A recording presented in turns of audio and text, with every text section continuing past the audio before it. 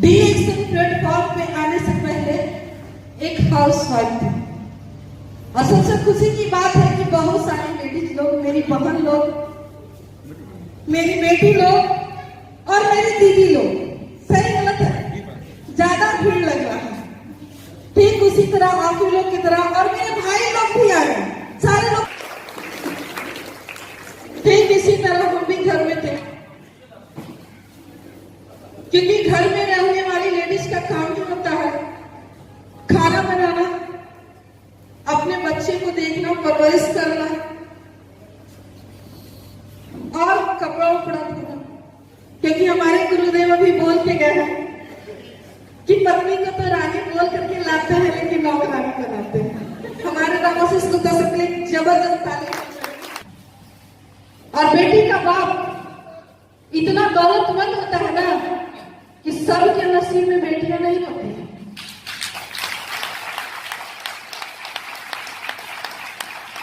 उसी के पास बेटी होती है जो राजा होता है। सही गलत है? पहले बड़े अच्छा घर में ठीक ठाक पढ़ाई चल रहा था, लेकिन हम ऐसे जगह से हैं, ऐसे समाज से बिलोंग करते हैं जहां ज्यादा शिक्षा दीक्षा का वैल्यू नहीं रहता था। केवल बेटे को पढ़ाया जाता था, बेटी को पढ़ाने का उतना नहीं था। और बोला भी जाता था कि बेटी पढ़ के क्या करेगी, क्या बलिस्टर बनेगी। ऐसे लोग बोलते थे गांव देहात के। और सच में पढ़ाई नहीं हुआ, कम उम्र में ही शादी हो गया। क्योंकि आजकल तो 20-25 प्लस करने के बाद शादी कर रहा है, लेकिन उस समय मेरी उम्र 16 ही हो रहा था। और वो चाहती है कि मैके में मान सम्मान कम मिले चलेगा, लेकिन सबसे ज्यादा प्यार मुझे ससुराल में मिले। लेकिन उल्टा हो गया। जब गए हम तो देखे कि मेरा घर जो था वो मिट्टी का था। और मिट्टी में भी कैसा, सब लोग का घर की तरह नहीं था। मिट्टी के घर में भी था। जब हम पांव रख रहे थे तो मेरा आधा पांव नीचे चला गया, एक पांव ऊपर। हम सोच रहे कहां जा रहे हैं, तो घूंघट में थे। जब थोड़ा सा हटा के देखे कि ईटा उटा रखा हुआ था उस समय में, 2-3 ईटा रखने के बाद मेरा पांव वहां लग गया। तो आप सोच लीजिए कि कैसा है। और उस समय 3000 रुपया सोचा कि आज ना फिर बढ़ जाएगा धीरे धीरे, क्योंकि बहुत सारे लोग का माइंडसेट होता है कि सरकारी नौकरी का मतलब भगवान से मिलना। ठीक उसी तरह था। नौकरी पे तो शादी हो गई। पापा मम्मी भी सोचे, मम्मी मेरी नहीं देखी, मेरे पापा सोचे कि आज भले गरीब है लेकिन नौकरी। लेकिन इसी तरह कहानी चलती रही।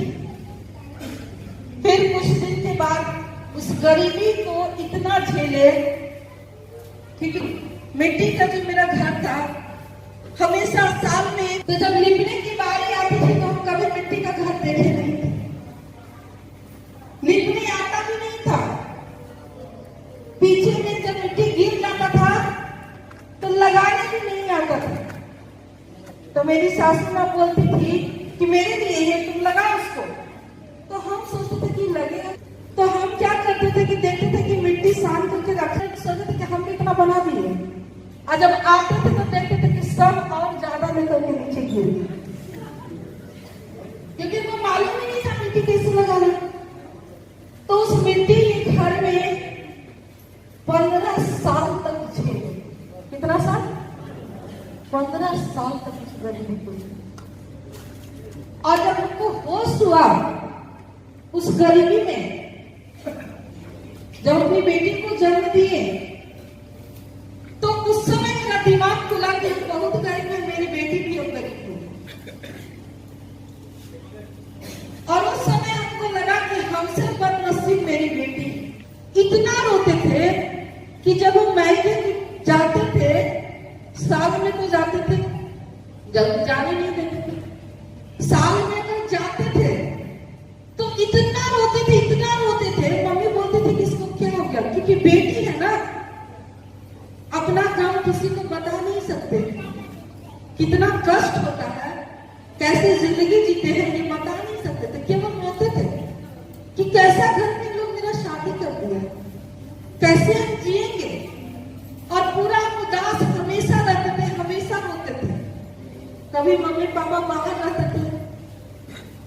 एसटीडी चलता था, उसमें 1 रुपया वाला।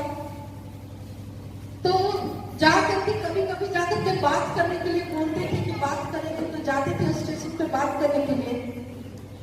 तो इतना गुस्सा आता था उस गरीबी में कि हम माँ का पिताजी का कॉल जो होता था वो केवल रिसीव करके रख देते थे और उन लोग से कुछ नहीं बोलते थे, हम रोते थे,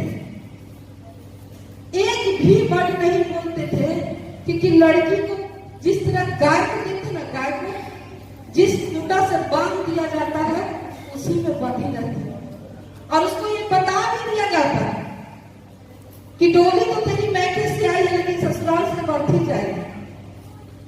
अगर वहां तुम अच्छा हो तो मेरा दरवाजा खुला है, अगर वहां तुम्हारा दरवाजा बंद हुआ तो मैके में भी दरवाजा खुला मिलने वाला। ऐसी स्थिति में हम पड़े हुए थे।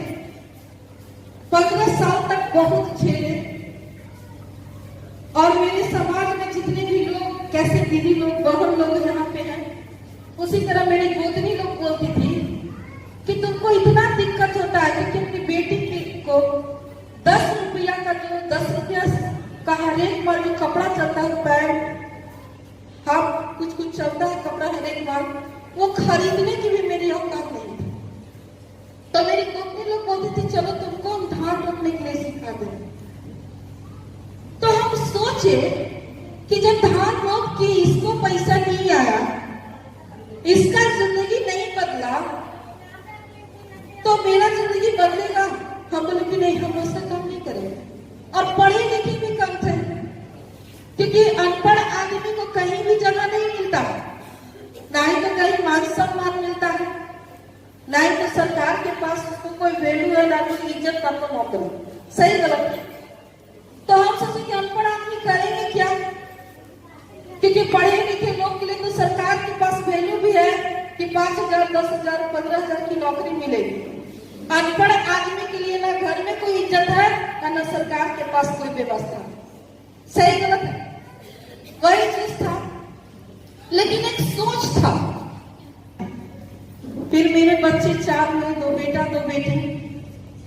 किसी तरह हमारी जिंदगी घिसिट पिसिट के चल रहा था। फिर पेमेंट इनका 60,000 हुआ। मेरी सासू माँ, मेरे देवर, मेरी गोतनी, मेरे 4 बच्चे, सारे लोगों को लेके चलने के लिए रहता था, लेकिन फिर भी डिसीजन लिए कि हमको अपने बच्चे को पढ़ाना है, शहर में जाकर के पढ़ाएंगे। अगर इस गांव से नहीं निकलेंगे तो जिस तरह यहाँ के लोग, कोई ताश खेलता है, कोई जाकर के लूडो खेलता है, लड़ाई झगड़ा करता है, उसी तरह मेरे बच्चे भी बन जाएंगे। इसीलिए उन लोगों को पढ़ाने के लिए औरंगाबाद जिला शहर में आए, जो कि शहर में भी आने के लिए रोज बोलते थे, झगड़ा लड़ाई होता था। अपनी बेटी को हम बोलते थे कि बेटा अगर तुम लोग पढ़ेगी नहीं ना बेटा तो हम लोग और गरीब हो जाएंगे, ये मिट्टी का घर है ना, कम फूस का बन जाएगा, इसलिए तुम लोग पढ़ाई लिखाई करोगे तो ठीक रहेगा। तो आके पापा से बोलते थे पापा हम लोग को ले चलिए, हम लोग पढ़ेंगे, रोज रोज बोलते थे। तो किसी तरह लेकर के औरंगाबाद जब आए तो यही सोच लिए थे कि नमक रोटी खाएंगे लेकिन बच्चे को पढ़ाएंगे। फिर भी हम बोले कि ठीक है हम व्यवस्था करते हैं। अपने फैमिली से कुछ पैसा मांग करके अपने 3 बच्चे का एडमिशन करवा दिए, जिसमें 100 रुपया फी लगता था। एडमिशन करवाने के बाद फिर धीरे धीरे हमारी जिंदगी की गाड़ी चल रही थी। उसी में एक बहुत बड़ा बीमारी हो गया, मेरी बेटी को ब्रॉन टीबी हो गया। और जब ब्रॉन टीबी हुआ तो उस बीमारी में कर्ज लेकर के अपनी बेटा बेटी को जान को बचाना। ठीक उसी तरह मेरे पास भी था। हम लोग जहाँ रविशर नौकरी करते थे उधर से ही बहुत लोगों से पैसा हम लोग 7.5 लाख रुपया कर्ज में पड़े। इलाज कराते रहे, गए पटना गए, रांची में जाके पता चला इसको ब्रॉन टीबी पूरा एकदम हो जाता था, गिल्टी ऑपरेशन भी 2-3 जगह हुआ। फिर जाकर के 7.5 लाख रुपए के कर्ज में फंस गए, गरीबी में भी फंसे हुए थे और निकलने का कोई रास्ता। मेरे पति कमाते थे 60,000 रुपया, लेकिन मेरा सोच था कि काश अगर मुझे काम मिलेगा तो हम काम करेंगे तो अच्छा खासा पैसा कमाएंगे। और अब मेरा जो ये मिट्टी का घर है उसको हम पक्का बना देंगे, क्योंकि रहते थे मिट्टी के घर में सोच बहुत बड़ा था और हम ऐसा सोचते भी थे कि अगर हम कोई काम करेंगे, क्योंकि मेरे पति साल में एक बार पैसा मिलता था दुर्गा पूजा में, तो बोलते थे कि तुम्हारे लिए क्या खरीदे। तो हम इतना दुखी रहते थे कि कभी हमको साड़ी तो खरीद के नहीं दिए। हम बोलते थे कि आप मेरे लिए क्या खरीदिएगा, 2300 या 2000 रुपया मिलता था। तो हम बोलते थे कि पैसा से आप बच्चा का कपड़ा खरीदिएगा कि मेरा, की माँ जी का, कि अपने भाई का, किसका खरीदिएगा, कि अपने लिए खरीदिएगा। हम बोलते थे आपको जो मर्जी है वो कीजिए, हमको कुछ लेना देना नहीं। हमको जिस दिन खरीदना होगा हम खरीद लेंगे, क्योंकि मेरा जितना बड़ा सपना है, हम खाना भी बनाते रहते थे जलावन पर। तो बताइए, पता नहीं कहां से मेरे अंदर एक ऐसा स्वाभिमान कहिए चाहे जो भी कहिए, ऐसा होता था ना, खाना भी हम लकड़ी पे बनाते रहते थे। तो हम बोलते क्या थे कि मेरा जितना बड़ा सपना है ना, आपसे जिंदगी में कभी पूरा नहीं होगा। अगर पूरा कर नहीं सकते तो केवल हम पूरा कर सकते।